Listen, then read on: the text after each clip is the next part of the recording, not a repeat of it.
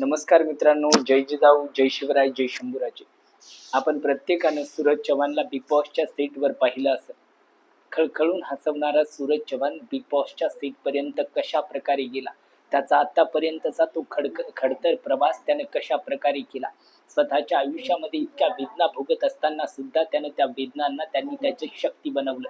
त्यानं त्याच्या जीवनातल्या वेदना कुणाच्या समोर दाखवल्या नाही. त्याच्या जीवनात त्याच्या कमकुवत पॉईंटला त्यानं त्याची शक्ती बनवलं.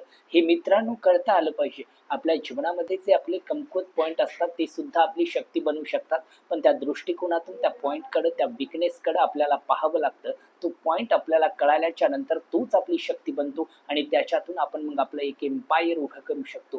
हे आपल्याला सूरज चव्हाणनं दाखवून दिलं मित्रांनो. त्यामुळं आपल्या आयुष्यामध्ये आपल्याला हताश कधीच व्हायचं नाही, निराश व्हायचं नाही. तर आपल्या जीवनाला आपल्याला एक उतंग भरारी घ्यायची. आपल्या ध्येयाला आपल्याला प्रत्येक क्षणाला स्मरायचे. त्याच्या उद्देशासाठी स्वतःच्या आयुष्यातला प्रत्येक क्षण वाहून घ्यायचा मित्रांनो. सूरज चव्हाणनी स्वतःच्या आयुष्यामध्ये इतक्या वेदना सहन केल्या, इतके कष्ट सहन केले, पण त्या वेदनांना त्यांनी त्याच्या चेहऱ्यावर कधीच दाखवलं नाही. त्याच्या जीवनामध्ये इतक्या उलथापालथी घडल्या, इतकं दारिद्र्य होतं, पण त्या दारिद्र्याला त्यानं कधीच लोकांच्या समोर दाखवलं नाही. तर त्यानं हसायचे व्हिडिओ बनवले आणि संपूर्ण महाराष्ट्राला हसवण्याचं काम केलं. हे करता आलं पाहिजे.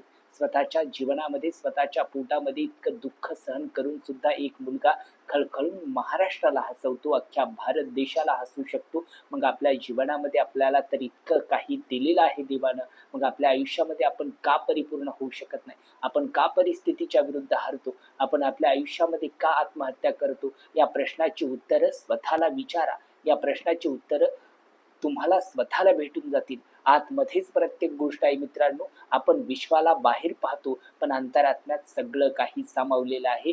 जगत जितमकीनं तुम्ही मनाला जिंका, तुम्ही जग जिंकू शकता.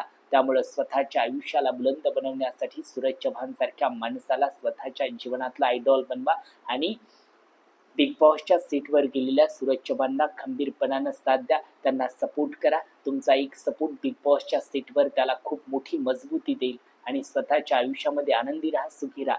जय जिजाऊ, जय शिवराय, जय शंभूराजे.